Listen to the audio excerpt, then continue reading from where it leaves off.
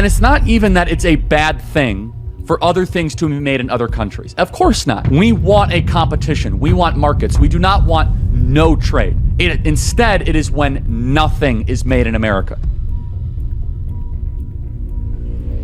I watched a video from Charlie Kirk this week, and the title of the video was, "We have been lied to about what's going on with the stock market." So one of the points he made was, if you look at the last 5 years, Wall Street has done very, very well. Main Street has not done very well the last 5 years. Because there's these two versions of the American economy, there's essentially the wealthy stock market version, where it's like 8% of the wealthiest Americans own 93% of stocks.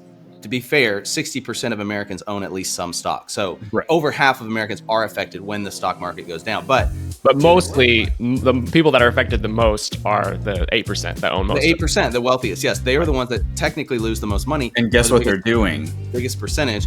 They're buying. Well, yeah, exactly. So that's the thing. They stand to lose the most money, but you're right. They know what they're doing and probably buying at the right time. But there's another version of the economy, which is like the real economy, which is like being crushed by inflation, being crushed by consumer debt. They don't own homes. What you're talking about, if I could hop in on it, is what people call the difference between the Wall Street economy and the Main Street economy, which I think is a really helpful name. It doesn't completely cover everything that we're talking about, but it's a helpful frame up. The stock market's been doing really great for the last 5 years, but housing is almost unaffordable in the United States. And I know we hinted at this a little bit, but as I brought up, there are legitimate fears and concerns and gambles for raising tariffs, but also there's been, I say, a concerted effort to raise the panic levels and to make it, and also to blur the messaging, because you have the messaging coming out of the White House saying, hey, this is why we're doing the tariffs. We're trying to get countries to negotiate with us. We're doing this, we're doing that. Ryan mentioned about having a plan. There's actually a real plan in place for what they're doing. But a lot of the media and a lot of people that really want Trump to fail and really want to have new leadership in office the next time around, because this is Trump's biggest thing, is tariffs. So they are trying everything they can to paint this as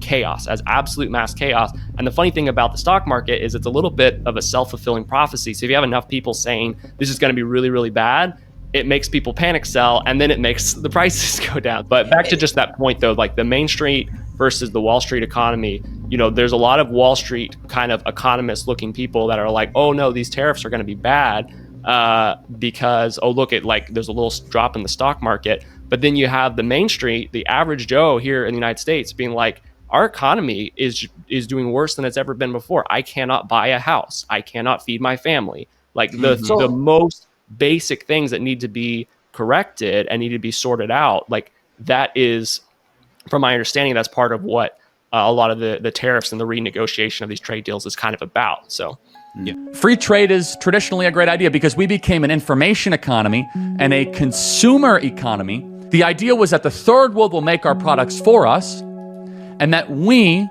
will be able to become wealthier. I just want to bring up some actual information, some actual stats, because I really feel like this is part of the problem. So blue collar jobs, and this is looking at the real national economy. So we can look at the stock market and what's happening there, right? And historically, Trump has had his eye on the stock market. He's not a president that's ignored the market. And I think that's part of the reason why, because of the dip, that he said, okay, now we're going to do the 90-day pause on these tariffs. I think it's because he's paying attention to the stock market even more than that, probably paying attention to the bonds market. But this is 1979. There were 25 million blue collar jobs available in 1979. 2022, there's 12.97 million blue collar jobs available. Dang. There should be a lot more because the population has boomed, right? There's a lot less. There's almost half. And in 2010, we saw, because of the exploding trade deficit and the recession from 2008, we saw a huge drop off, and then they came back by 2017, and then by 2022, and now we've seen them drop off once more, probably because of COVID, and everything happening there. And so there's this idea of, if anyone's ever watched like Shark Tank or something like that, which is like one of my go-tos, there's this idea of, if you want to go from being like a small business, like a $1 to $2 million business, to a $20 million business, you're going to have to cut your margins You know, like you're going to have to grow those profit margins, and you're going to have to cut the expense margins, right?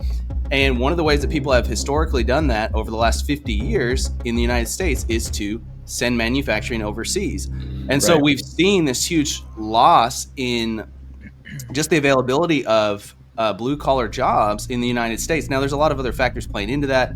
One of those factors being that the average American opinion of a blue collar job has changed, and you know, what do I want to get out of life? And you know, I think Disney movies have maybe like played into that a little bit. I Like would say media influence for sure, because everybody feels like they have to be the richest person on earth because of watching too much TV.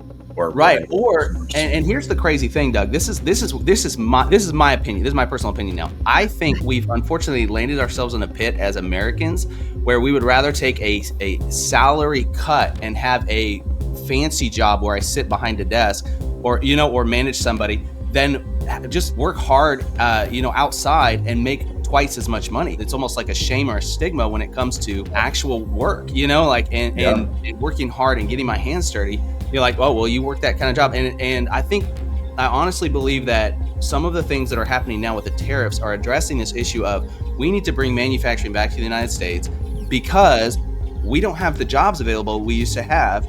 And not only that, but I think there's an even deeper underlying issue here where the public opinion, unfortunately, needs to change when it comes to blue collar jobs in the United States. So there's my 2 cents. I just want to hit on that real fast. I think that, as Doug was saying, I think a lot of that public opinion has kind of been top down because this is the idea, at the turn of the 90s was like the United States is going to shift to being purely a information and consumer economy. So like we are putting out into the world no longer physical goods. We are putting out information. We're putting out like desk jobs where we're smart. And that's essentially the shift is like, well, we want our economy to be information essentially. And then everything that needs to be made, somebody else in a different country can make it for us and we'll just buy it on. And I think Ryan brought it up was like what we're seeing right now is like a reconfigure, some sort of like attempt to shift back to a healthier form of economy that should work for more of the average Joe essentially. But I'm sure you want to hop in on that, Ryan. Well, yeah, it needs to be balanced because,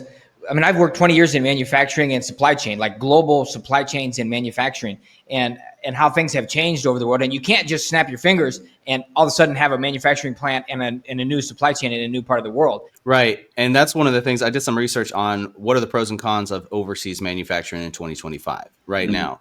So advantages, lower labor costs, a large number of manufacturing partners, high volume capacity, proximity of suppliers of raw materials and components. And then here's the number 5, plenty of skilled labor and talent.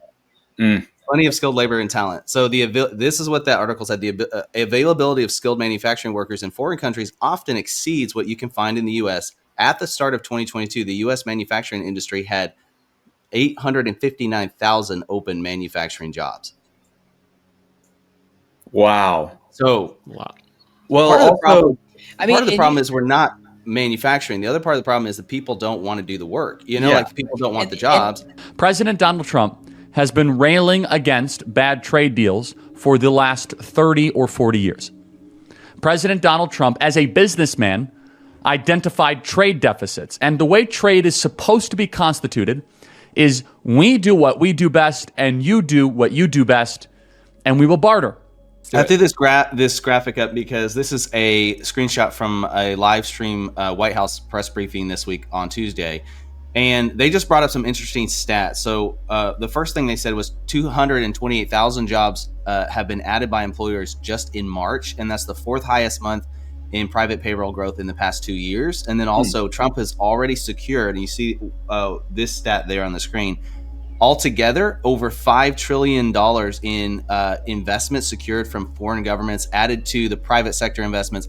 Private sector investments, he's secured over $1.5 trillion, which is actually $500 billion more than Biden secured during his entire term.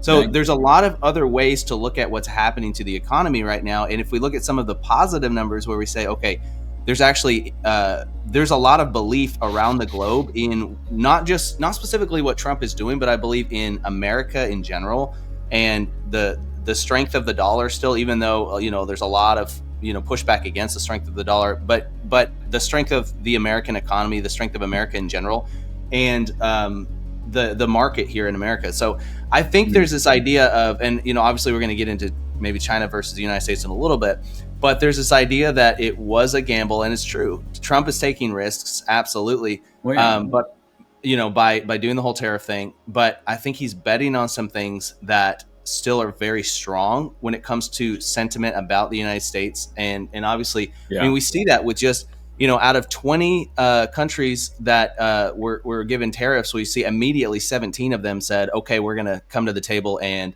Yeah. we're going to negotiate, and only 3 of them even tried to push back against it. So there's this idea that he's moving with a lot of force behind him, and I think we see that working.